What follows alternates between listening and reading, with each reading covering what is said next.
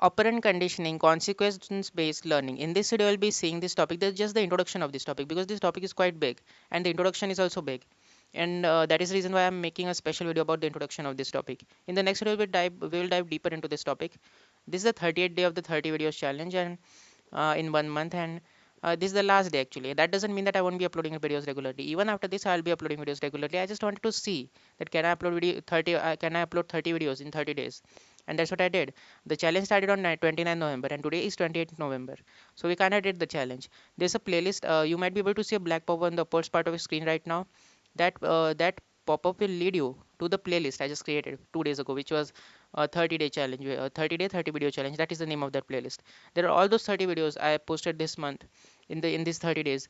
I will update that playlist just after uploading this video, and it will have 30 videos. You can access that playlist by going to the playlist section or just now by clicking on the pop-up. Now let's get into this topic.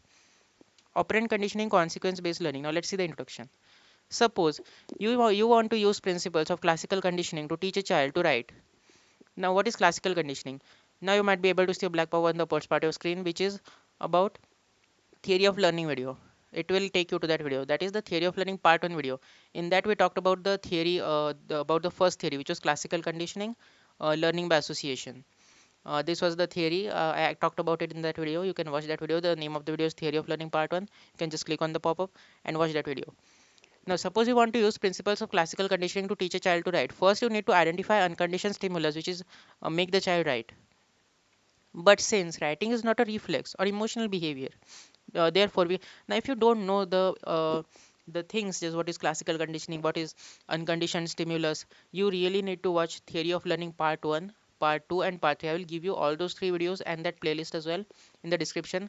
No need to watch the playlist, it's just the challenge playlist, but watch those 3 videos please, because those 3 videos contain everything about classical conditioning, learning by association. It is the full name of that theory, and this kind of stimulus as well: unconditioned stimulus, conditioned stimulus, and conditioned response, and all that stuff. So first watch those 3 videos and then come to this video, because you won't be able to recognize this or understand these words which I'm saying.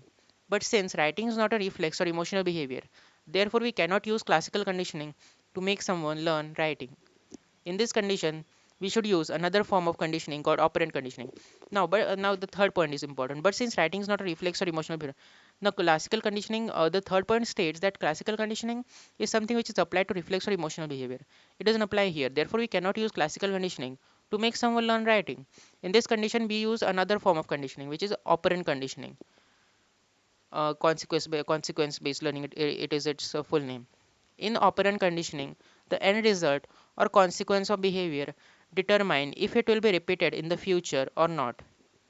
Let's read that again. In operant conditioning, the end result or consequence of behavior. The end result or the consequence of behavior. What is behavior?